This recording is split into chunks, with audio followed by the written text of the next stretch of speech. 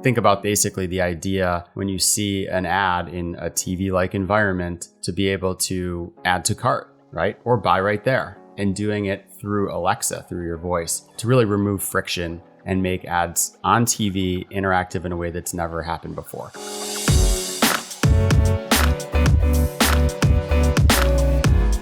Hey gang, it's Thursday. No, it's not November. It's not been November for about a week and a half.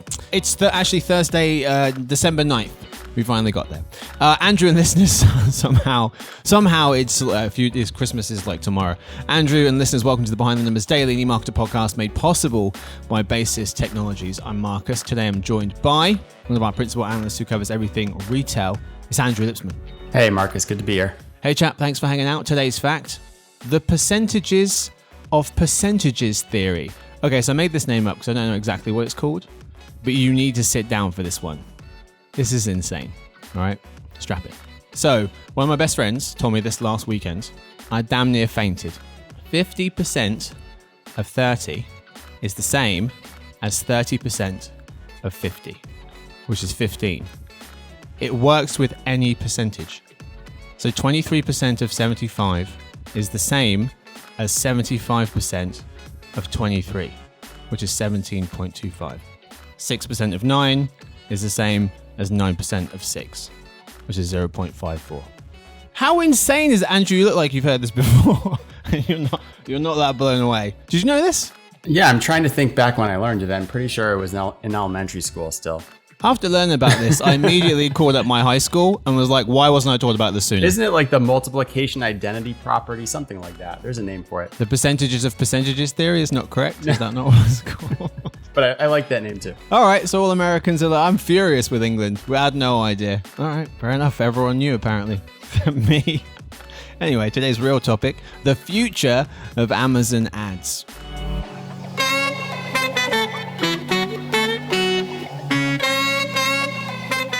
Andrew, we're talking about Amazon advertising today. We'll talk a bit about where they are at the minute. We'll talk a bit about new spaces that they're playing in, and we'll talk about what the future might look like for Amazon advertising. You just finished a report recently, which was titled Amazon Advertising 2021. Very fitting. The number 3 US digital ad seller powers the retail media revolution. It dropped November 19th. So we're talking about some of that stuff today. Andrew, to start off with, what were some of the themes, kind of high-level takeaways from that research? Yeah, well, a few of them are that, first off, Amazon's ad business has really become a juggernaut. It's growing incredibly fast, over 50% year over year for a couple of years in a row. Mm-hmm. And it continues to take market share in digital advertising, starting to encroach on the turf of both number 1 Google and number 2 Facebook. And, it's carving out a really formidable position in the space. And what I would say is, as strong as the business has already been and how much it's grown and how big it is today, it's only getting started. I think it's still in the pretty early innings. Yeah, hold on, because there's a lot more to come. You mentioned the encroachment on number 1 and number 2, those being Google and Facebook. This year, Google, 29% share the US digital ad revenue pie, 29% for Google, 24% for Facebook, 12% for Amazon, so already half the size of Facebook. And then you fast forward to 2023, Amazon goes from that 12%, 13% next year, 15 pretty much by 2023, and Facebook's pretty much flat. Google ticks down a bit. So not only is Amazon gaining, the other two aren't going anywhere or actually going down a little bit. One number that jumps out here though, Andrew, is you mentioned over 50% growth rate for Amazon's advertising business.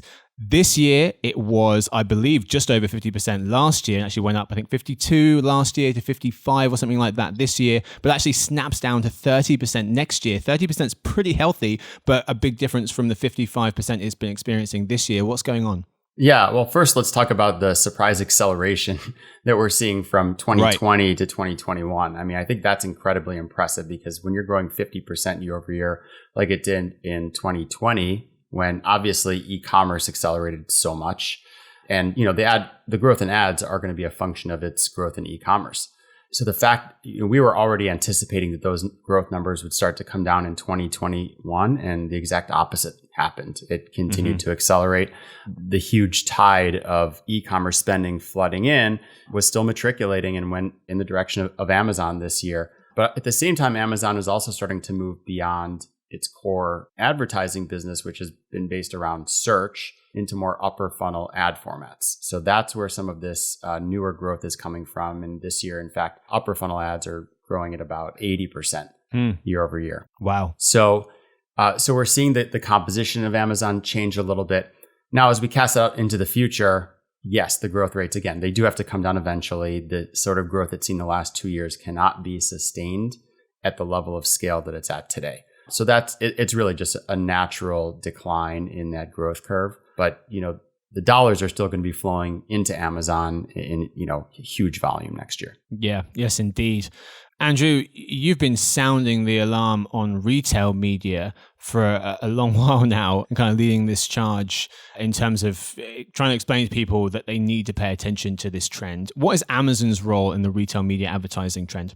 Yeah, well, Amazon's really responsible for the growth of this trend.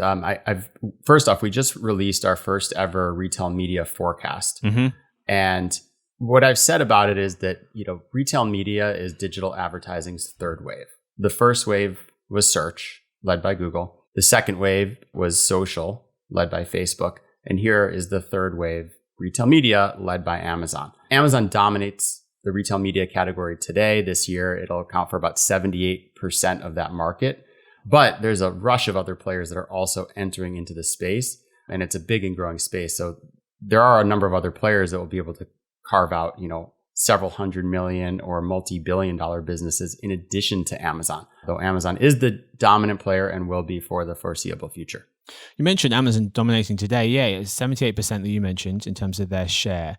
I'm wondering, how is Amazon able to hold on to 3/4 more than of this space, not just today, but in the coming years? And at the same time, why can't Walmart and Instacart seem to gain any real ground and even begin to challenge Amazon in this space? Because as you mentioned, they're going to be making significant dollars. It's nothing to sneeze at. But at the same time, just 5% of this space goes to Walmart this year and just under 2% for Instacart, and ticking up slightly, but not really gaining much share on Amazon. How come? Well, they're going to be growing a lot. As you mentioned, this whole space is going to be growing a lot. So where retail media is over $30 billion this year, over $40 billion next year, and over $50 billion by the year after that. So $10 billion in new spending coming in. Walmart's going to have a multi-billion-dollar retail ad business in very short order here. Instacart is on a really strong trajectory. So why can't they carve out more share? Well, as those new dollars come in, they're just still going to disproportionately go to Amazon first. And then they kind of get divided up against the other platforms. And as long as Amazon keeps growing and there's more advertising opportunities that generate ROI, Amazon's it's the biggest platform in the space. It's got the most tools and it's got the biggest audience. And those are some of the key drivers of where brands want to place their dollars. Right. Walmart, 5% of the pie today, 7% in 2 years. But to your point, that market, that pie goes from over 30 billion this year to over 50 billion in 2 years. So even though your share goes up 2 points, you're getting 2 points extra share of an increasingly growing pie. Andrew, in this report, that Amazon has the potential to revolutionize advertising with new features and offerings that complement its existing portfolio. You're talking about the future of Amazon advertising. What are some of these new ad features that you're thinking of?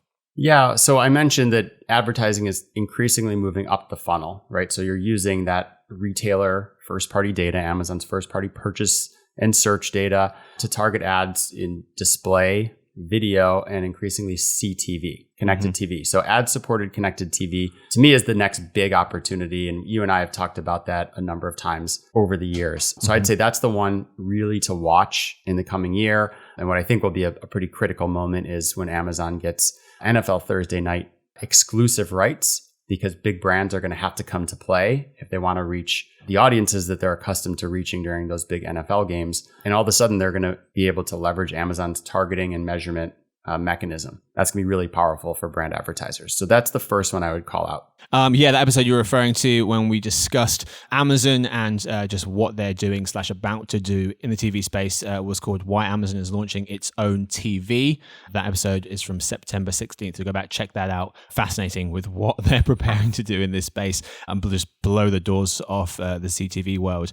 Andrew, what other things are you thinking when you think the future of Amazon advertising? Well, so they're starting to ramp up their experimentation with interactive streaming ads. So think about basically the idea when you see an ad in a TV-like environment to be able to add to cart, right? Or buy right there, and doing it through Alexa, through your voice, to really remove friction and make ads on TV interactive in a way that's never happened before. If you think about the whole genesis of performance marketing in the digital environment, imagine what happens if you start to introduce that into TV. So I think it's going to take a little while for consumers to acclimate to that behavior. And, only early adopters will really want to play around with that. But you can see a future where that starts to happen with some regularity, especially for low consideration goods like consumer packaged goods. Yep. I think that's where things start to get really interesting. And you don't need it to happen at a very high level of incidence for it to become an important signal that advertisers will look at. So that's an area that I think is going to become really interesting over the next several years. That was exactly my next question, is if you could kind of paint the picture of how you see consumers interacting with this in the beginning and where you think it could go, because, you mentioned that they have the ability to sit on their couch and, after seeing an ad on Amazon's TV or through their network, being able to say buy now to the product, whether it's out loud or using a remote control and that thing showing up.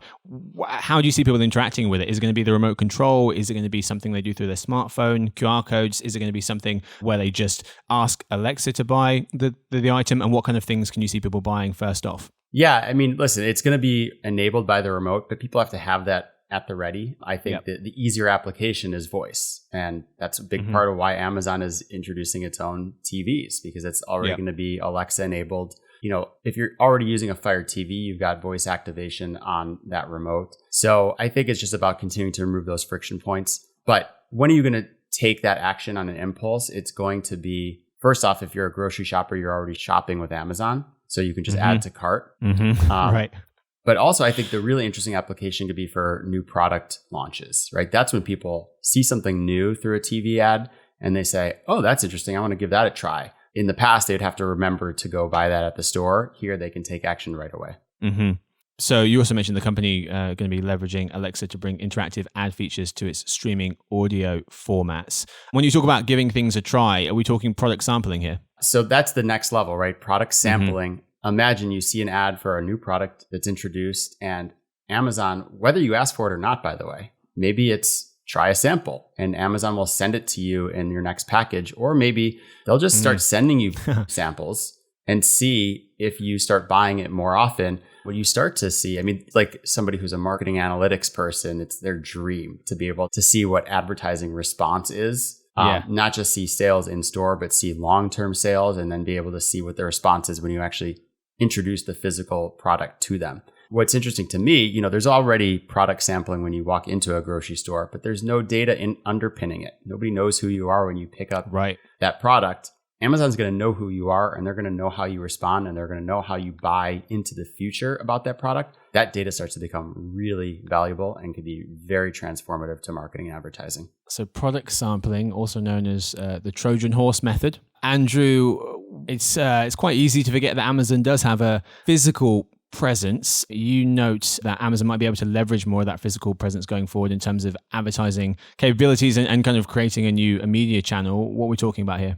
Yeah, I mean, in-store digital media is an interesting, pretty nascent space, but the opportunity is huge. If you think about what's a big driver of digital retail media today, it's dependent on traffic, right? Amazon's so popular because it gets the traffic and then you can convert traffic. Well, there's all this traffic that's happening in stores, and that's not being used to advertise to them in a similar way.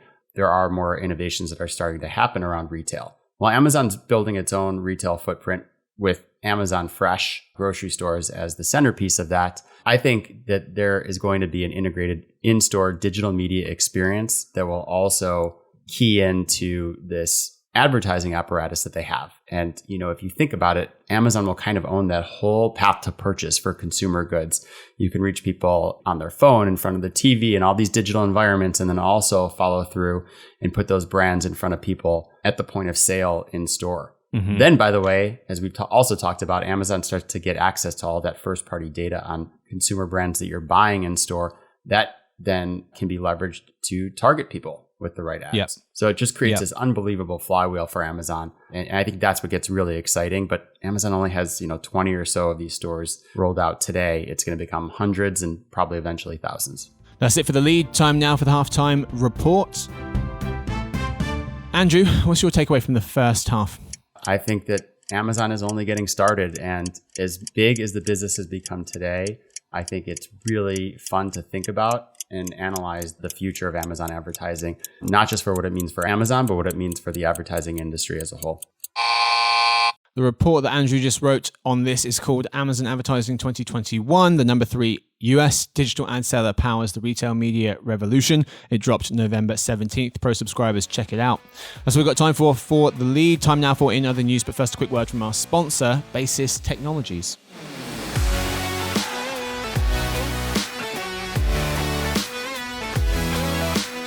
Today's podcast is made possible by Basis Technologies. Basis Technologies has created a digital advertising platform that connects people, automates processes, and unifies channels, bringing together programmatic, site direct, search, social, and CTV into one single interface.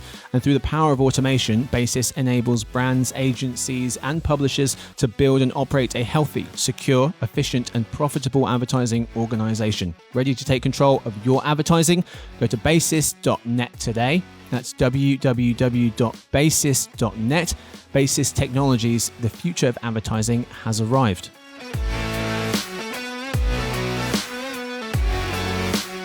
Right, folks, we are back today in other news. Is America's internet turning into QVC? And how ready is Walmart to take on Amazon?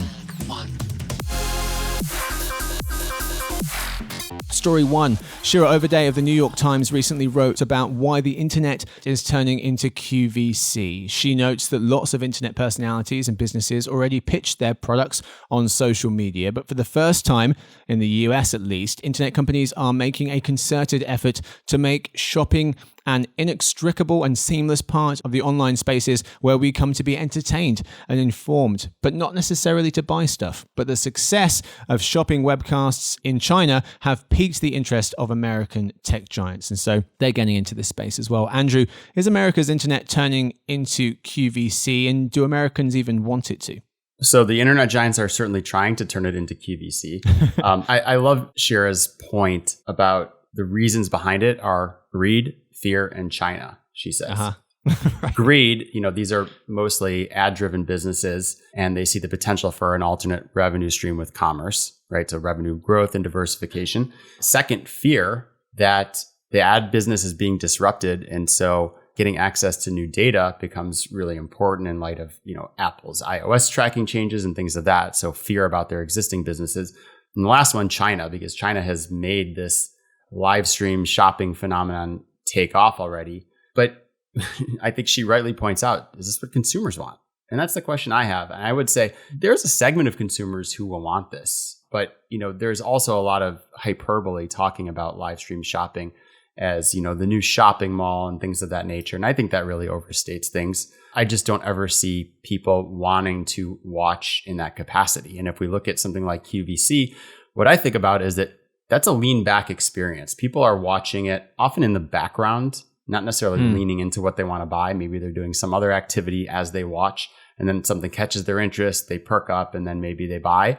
I think that live stream shopping is inherently lean forward. So people have to really decide that they want to lean into this experience. And that's where my biggest question is. Are there that many people who really want to do that? Yeah, that's an excellent point. I'd keyed in on her fear point as well. She says Google doesn't love that most Americans turn to Amazon when they're hunting for products rather than its web search box. Facebook and Snapchat are worried about Apple's new data privacy rules eating to their ad sales, and diversifying into e-commerce gives them a plan B, and ad sales alone may not cut it for younger internet companies like Pinterest and Snapchat. She's making good points. Story 2. Walmart is thriving where some retailers appear to be struggling this holiday season. They can use their bargaining power to keep prices low as inflation crosses the 6% mark in the US in October, after having been at 5% for many months before that through the summer. With workers in short supply, Walmart still managed to add 200,000 jobs to its 2.3 million global payroll in July, August, and September, so it's not having trouble hiring folks. Andrew, but despite these seemingly important wins for Walmart, investors are not convinced as its share price continues to lag behind major rivals. Andrew, how do you feel about Walmart's position in the market and its readiness to take on Amazon? Yeah, it may be a little bit unfair that Walmart is accountable to its bottom line in a way that Amazon has never really been. Putting that aside, I mean, listen, Walmart's been firing on all cylinders across a lot of aspects of their business. They've really gotten their game together on the digital side. The in-store numbers have looked great for, several years now. Doug McMillon seems to be doing an exceptional job. They're building out Walmart Plus, which I think is getting off the ground nicely. There's a tendency to want to pit Walmart versus Amazon, and understandably so. I look at them like the rivalry between Larry Bird and Magic Johnson. They're both Very great, nice. and they make each other better. So by virtue, right? So I think that Walmart, even if it's not going to necessarily compete with Amazon, I think it's lapping the rest of the competition just by trying to compete with Amazon. Yeah, I like that analogy. That will do it for the show. Thank you so much, Andrew, for hanging out today. Thanks, Marcus. Thanks to Victoria. She edits the show. And thanks to everyone listening. We'll see you tomorrow for the Behind the Numbers Weekly Listen, an e-marketer podcast made possible by Basis Technologies.